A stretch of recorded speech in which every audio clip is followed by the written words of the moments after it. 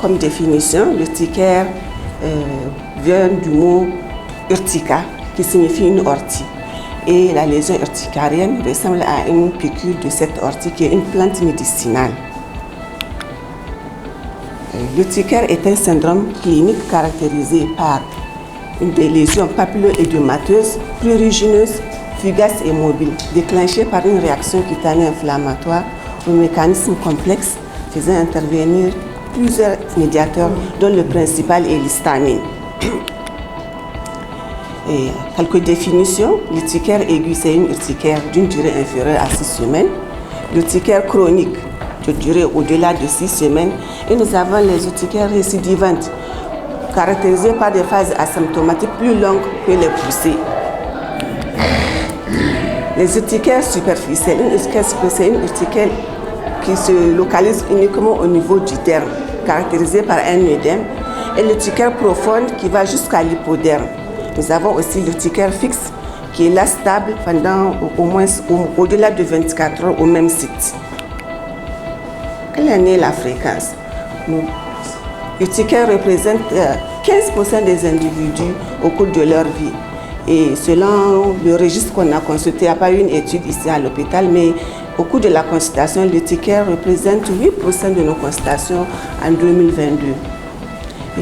L'examen clinique, la clinique de l'urticaire, elle est très simple, mais c'est l'étiologie qui pose problème. Et nous avons des cas de gravité, notamment dans le choc anaphylactique.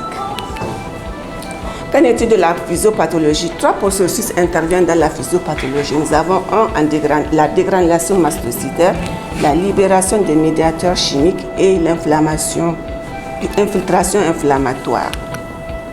La dégranulation mastocytaire, on distingue 2 mécanismes d'action en fait. Il y a les urticaires immunologiques faisant intervenir les hypersensibilités type 1 jusqu'à 4 et les urticaires non immunologiques qui consistent à faire une action pharmacologique directement en activant la cellule mastocytaire. Et nous avons les différents médiateurs, dont en premier l'histamine. Les urticaires immunologiques.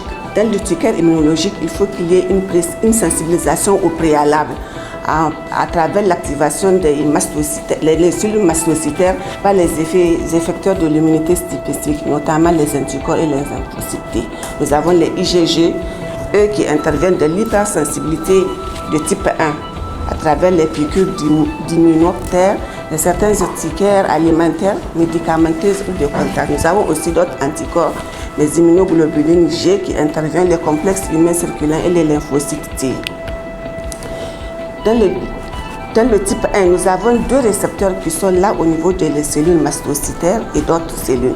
Nous avons les récepteurs R1 qui sont à la surface des cellules mastocytaires et les polynucléaires. Nous avons les récepteurs 2 qui sont situés au niveau de nos cellules hématopoïétiques et les kératinocytes qui sont une des cellules de la peau. Qu'est-ce qui se passe pour l'hypersensibilité type 1? Nous avons premièrement, voilà l'allergène. L'allergène peut être présent par voie transcutanée, par voie arénale ou par digestion. Donc l'allergène est là dans un premier temps. Dans un deuxième temps, nous avons la fixation de cet allergène au niveau de ces IgG, entraînant la création d'un complexe qui va par la suite donner la dégranulation mastocytaire.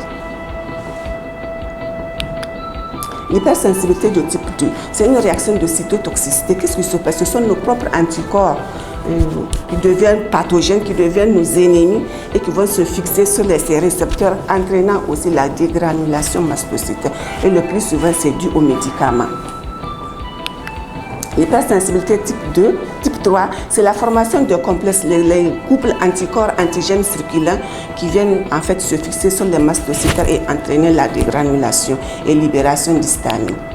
Et l'hypersensibilité type 4, ce sont les mastocytes eux-mêmes qui activent en fait à travers les lymphocytes T, qui activent le mastocyte et qui libèrent l'histamine.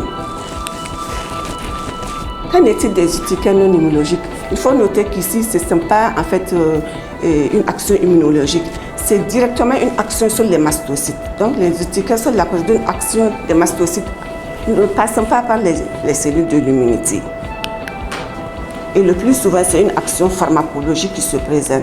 Et le plus souvent, c'est dû aux aliments que nous utilisons, que nous ingérons, notamment les fraises, les blancs d'œufs, les médicaments aussi, les facteurs physiques comme le froid. On peut faire des urticaires dus au froid, à la chaleur, etc. Et surtout à la prise des anti-inflammatoires non stéroïdiens. Par rapport à la clinique, comment on décrit une urticaire? Une urticaire, c'est une lésion à grande papule, à bordure circinée, ou bien une micropapule qui est prurigineuse et le plus souvent qui ressemble à une lésion de purpura.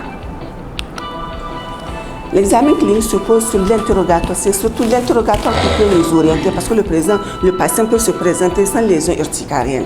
Donc c'est l'interrogatoire qui peut nous orienter à poser le diagnostic, notamment à la recherche des antécédents, les circonstances d'apparition, est-ce que c'est ça à suite de douleurs, de prurite ou de chaleur. Les signes associés, notamment les différentes infections, les repas, qu'est-ce qu'il a pris avant d'avoir les urticaires, est-ce qu'il y a une notion de prise médicamenteuse, tout ce qui sort de l'ordinaire en fait. L'examen physique. Ça c'est pas clair. Voilà, parce que c'est flou. C'est une lésion papuleuse œdémateuse ici que nous voyons, qui est une lésion urticarienne. Et là, c'est l'urticaire profonde. L'autre, c'est l'urticaire superficielle. Et là, c'est l'urticaire profonde caractérisé par un angioédème. L'angioédème, l'urticaire profonde, le plus souvent, on le voit au niveau du visage, des extrémités et des organes génitaux externes. Quels sont les signes de gravité à travers la classification de Ring et Messner? Nous avons 4 grades. Le grade 1, c'est uniquement les signes cutanés et muqueux, à type d'érythème, prurite, les urticaires, à type d'œdème de la face et des muqueuses.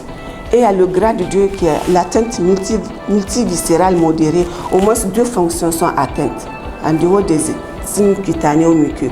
Soit une hypotension, une tachycardie, tout dyspnée, nausée. L'urticaire de type le grade 3, atteinte multiviscérale sévère avec une tachycardie, une bradycardie, un bronchospasme. Et le grade 4 qui est l'arrêt circulatoire ou respiratoire, pour ne pas dire la mort. Le diagnostic différentiel se fait avec les vascularites urticariennes. On peut voir des vascularites pensant que dans le cadre de la cardiologie, pensant que ce sont des urticaires. Et l'angioédème aussi se confond le plus souvent par un eczéma aigu. On voit l'angioédème et on se dit que c'est un eczéma. Ou une photodermatose aussi peut suggérer à un angioédème ou un érysipèle du visage.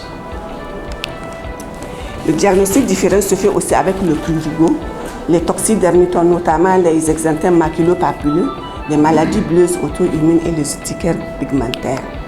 Les étiologies, il faut se dire que les urticaires cliniquement sont faciles à détecter, mais c'est l'étiologie qui pose problème. Et nous avons plusieurs étiologies. Nous avons les urticaires d'origine médicamenteuse, donc la prise de bêta-lactamine et autres médicaments peuvent être la cause de l'urticaire.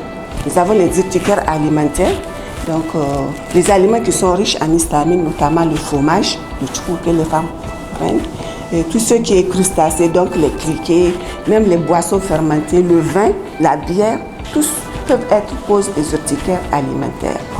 Les urticaires d'origine infectieuse, nous avons les foyers ORL et dentaires, les infections chroniques, et tout ce qui est parasitaire et viral. Les urticaires de contact, c'est surtout les animaux. Nous avons les chenilles, les végétaux aussi, les algues. Quand il y a les algues dans la maison, on fait des urticaires sans autant comprendre qu'est-ce qu'il y a à la base. Nous avons les urticaires physiques, notamment, qui sont des urticaires récidivantes. On ne comprend pas qu'est-ce que ça part, ça revient. Et c'est surtout l'urticaire au chaud, l'urticaire au froid, les urticaires cholinergiques. Quand on est émotif, donc on peut faire les urticaires. Les urticaires retardés à la pression, etc. Et nous avons les urticaires systémiques. Les urticaires et maladies auto-immunes, notamment de la thyroïdite de Hashimoto, on peut faire les urticaires. L'urticaire par piqûre d'insectes, donc les urticaires génétiques et autres urticaires qui sont idiopathiques de cause psychogène. L'appareil clinique, elle est orientée selon un examen clinique. Donc, on peut demander une numération formule sanguine et puis doser les anticorps. On peut faire un bilan thyroïdien, donc à la recherche de la maladie de Hashimoto, un bilan parasitologique, Et un bilan viral, surtout l'hépatite B, peut être la cause dans les maladies virales. Et l'hépatite B est en première cause des urticaires. Un bilan radiologique, on peut faire l'histologie quand vraiment on a des lésions atypiques. Sinon, elle n'est pas indiquée en fait. Les explorations allergologiques qui se font par les allergologues, notamment les prick tests, les patch tests, etc. Voyons les traitements. Quels sont les principes du traitement? De l'urticaire aiguë, le moment c'est d'éliminer la cause. Quand on arrive à détecter la cause, on ne fera plus d'urticaire et on peut être guéri de la maladie. Il faut mener un régime pauvre en histamine, éviter tout ce qui est médicaments aggravants, les anti-inflammatoires, l'aspirine. Et le traitement se fait à base d'anti-H1 de deuxième génération per os pendant 15 jours au moins. Ça, c'est dans l'urticaire aigu. Dans les formes graves, notamment dans le choc anaphylactique, on voit ce qui se passe au niveau des urgences, c'est de faire de l'adrénaline avec cette dose, le remplissage vasculaire, libération des voies aériennes et les corticoïdes injectables. Et aussi les anti-H1 injectables, puis per os. Dans le cas d'angioïdème, c'est de faire libérer les voies aériennes, utiliser les corticoïdes injectables et les anti-H1 injectables puis per os. Dans le cas des urticaires chroniques, pour le consensus de 2003, c'est de traiter la cause, éviter les facteurs aggravants et contrôler l'observance.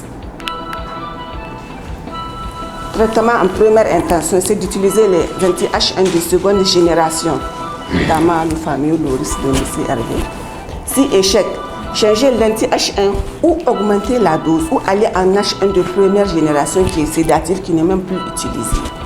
Si échec pendant 1 à 4 semaines, allez-y aux anti-H2, mais pas de corticothérapie pour le consensus de 2003.